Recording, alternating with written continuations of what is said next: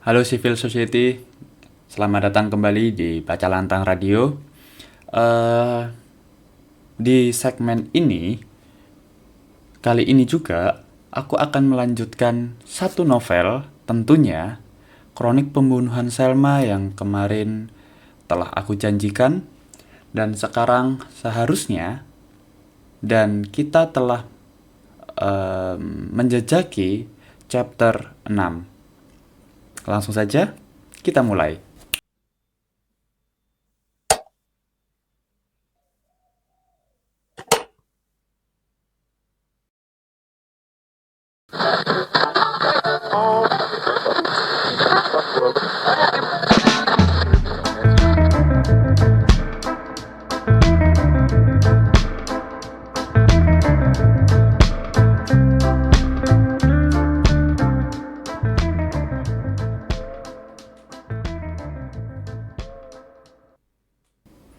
Chapter 6. Seperti yang sudah kau tahu, sebelum memutuskan untuk menggarap naskah ini sebagai novel, aku lebih dulu menulis beberapa cerita pendek mengenai penyelidikanku atas kematian Rendra dan menawarkannya ke media-media yang sebelumnya pernah menerbitkan tulisanku. Tapi semua menolaknya begitu saja.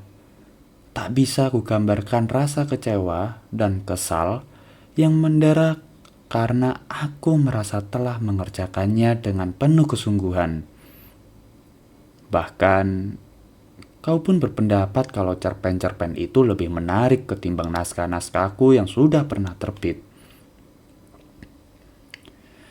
Tapi begitulah kehidupan pengarang yang baru merintis karir sepertiku. Entah bagaimana dengan penerjemah buku-buku sastra sepertimu menjalani karir awalnya. Kulihat selain bekerja menjadi penerjemah, kau lebih suka mempublikasikan karya di Medium atau blog dan enggan berurusan dengan kurasi redaktur media. Barangkali itu jauh lebih menyehatkan secara mental sebagai penulis. Aku lihat kau pun lebih bahagia ketimbang diriku dalam urusan berkarya. Mungkin karena itu juga karirmu menanjak cepat. Selagi aku sibuk menjebol gawang redaktur-redaktur koran, kau sudah menerbitkan berjilid-jilid hasil terjemahanmu dan 2 buku berisi kompilasi esai atas namamu sendiri yang digarap oleh sebuah penerbit indie. Aku selalu berpikir aku butuh banyak publikasi untuk meyakinkan diriku bahwa aku layak menjadi seorang pengarang. Meski pada kenyataannya hatiku sering remuk karena penolakan. Padahal aku sudah menghabiskan banyak tenaga, waktu, bahkan mencoba berbagai aktivitas yang belum pernah kulakukan sebelumnya di balik setiap tulisanku.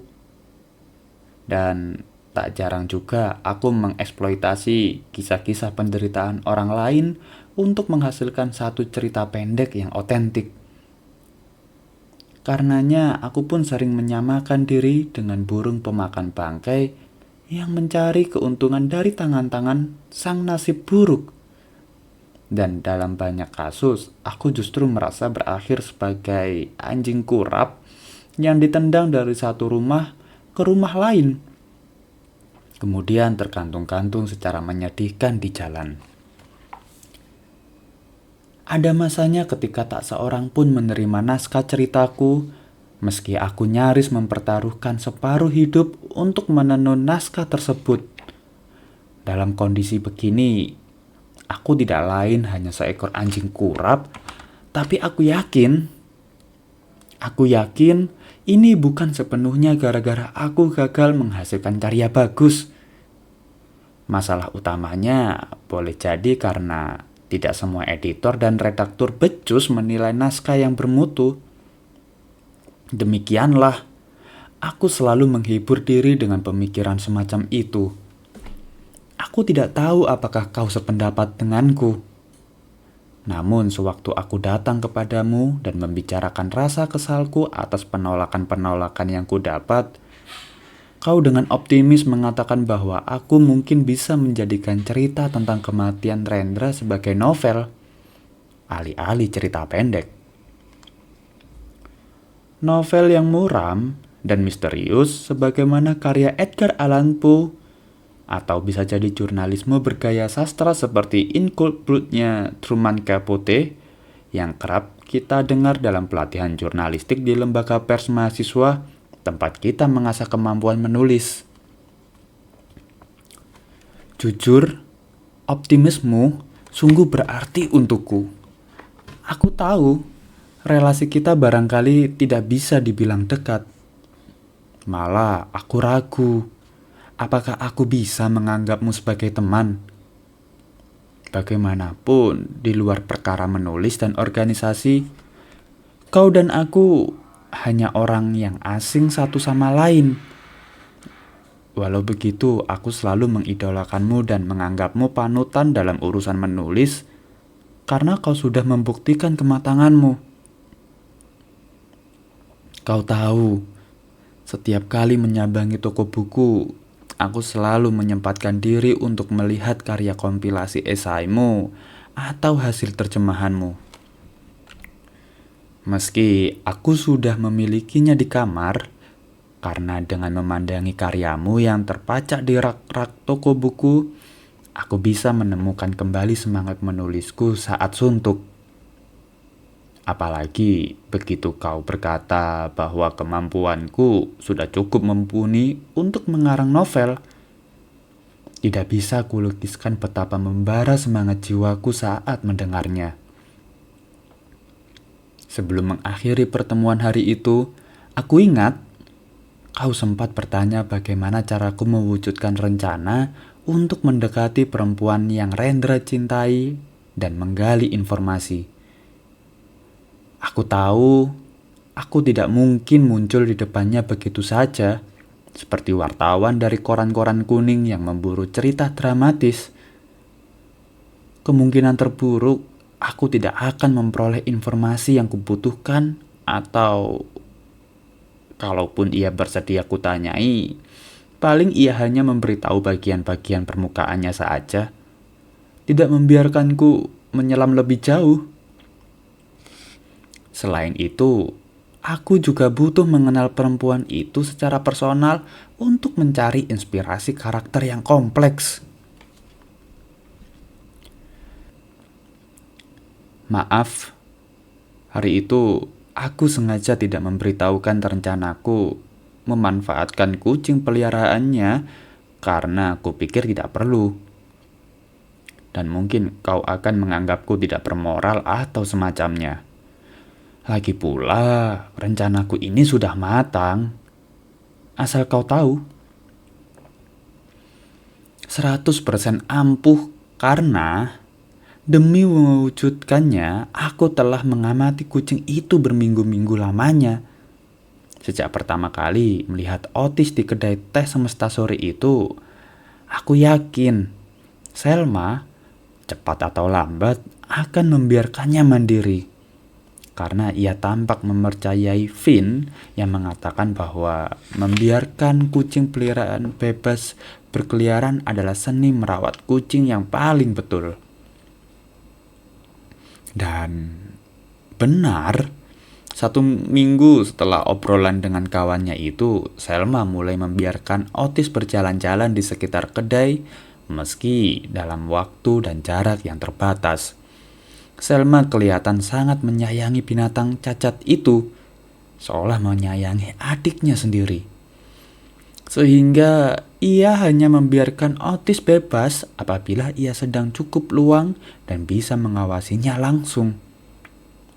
Kadang-kadang Rasta si pemilik kedai menawarkan diri untuk menjaga Otis saat Selma sedang kuliah atau harus pergi ke suatu tempat. Butuh waktu hampir sebulan hingga perempuan itu merasa aman membiarkan Otis keluar tanpa pengawasannya atau Rasta. Kau mungkin heran kenapa aku bisa bersabar dalam tempo yang relatif lama. Jujur saja, selain menanti waktu yang tepat, Sebenarnya aku cukup menyukai rutinitasku mengamati Selma dan tak ingin kegiatan ini lekas berakhir. Semakin lama, aku merasa ada sesuatu dalam diri perempuan itu yang memanggilku agar senantiasa mendekat. Mungkin sesuatu itu lahir karena aku tidak pernah puas memperhatikan Selma. Setiap aku memperhatikannya, kemudian mengulang gambaran dirinya dalam memoriku, aku tidak yakin itu betul-betul dia. Ia membuatku terjebak dalam hasrat yang tidak pernah tuntas, dan karena itu aku tak bisa melepaskan diri dari jeratnya. Kadang aku bersiasat dengan membiarkan bayangannya muncul sesuai imajinasiku. Aku bisa membayangkannya sebagai pembunuh bayaran, sebagai seorang penari striptis, agen rahasia pemerintah, atau burjuis kiri yang suka membicarakan persoalan-persoalan masyarakat kelas bawah seolah-olah ia sangat mewakili pandangan mereka. Dan di atas itu semua, aku kadang heran kenapa aku malah membayangkan bagaimana kalau ia jatuh cinta padaku suatu saat nanti. Namun, setiap mengenang kematian Rendra, semua imajinasiku itu mendadak hilang. Seakan kepalaku adalah komputer yang terputus dari koneksi internet. Dan begitu sadar aku menjadi murung seperti remaja yang baru pertama kali merancap. Pada akhirnya, aku mengevaluasi diri dan aku pun memutuskan sudah saatnya berprogres lebih jauh atas nama mendiang kawanku itu. Dengan tekad tersebut, beberapa hari kemudian, aku akhirnya melaksanakan rencanaku untuk menculik Otis. Demikian cerita yang ditulis oleh Kronik Pembunuhan Selma pada chapter 6. Dan menurutku ini adalah cerita-cerita yang ciamik dan selalu membuat pembacanya penasaran. Dan bahkan hari ini aku juga penasaran apa yang ada di chapter selanjutnya. Ya meskipun kita sangat, ketika saat membaca kita sangat disuguhkan dengan chapter per chapter, itu halamannya tidak terlalu panjang dan tidak bertele-tele. Menurutku ini adalah sebuah cerita yang ciamik. Terus bagaimana chapter selanjutnya, lebih tepatnya chapter 7-nya? Saksikan terus Baca Lantang Radio. Terima kasih.